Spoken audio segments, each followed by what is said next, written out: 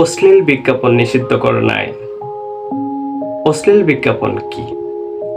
অশ্লীল বিজ্ঞাপন হচ্ছে কোনো বাড়ি, ভবন বা দেওয়ালে প্রদর্শিত কিংবা কোনো সংবাদপত্র বা ম্যাগাজিনে প্রদর্শিত কোনো বিজ্ঞপ্তি যা সাধারণত সাধারণ জনগণের কাছে নৈতিকতা বা মোরালিটির পরিপন্থী বলে মনে করা হয়।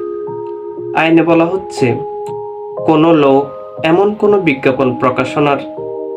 বিজ্ঞাপন প্রকাশনায় অংশ নিতে পারবেন না যা সাধারণ জনগণের কাছে অশালীন বলে ধরে নেওয়া হবে।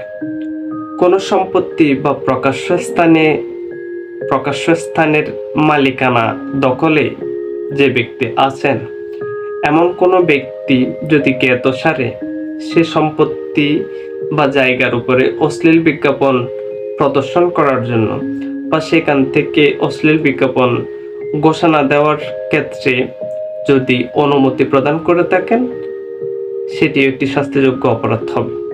অর্থাৎ তিনি সে সকল প্রদর্শন বা ঘোষণার অনুমতি দিতে পারবেন না।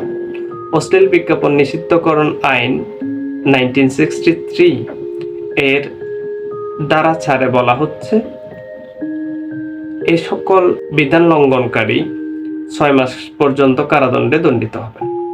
অশ্লীল বিজ্ঞাপন নিষিদ্ধকরণ আইন 1963 এর 7 ধারার বিধান অনুসারে লঙ্ঘনকারী 6 মাস পর্যন্ত কারাদণ্ডে দণ্ডিত হবে। ধন্যবাদ। ভালো থাকবেন।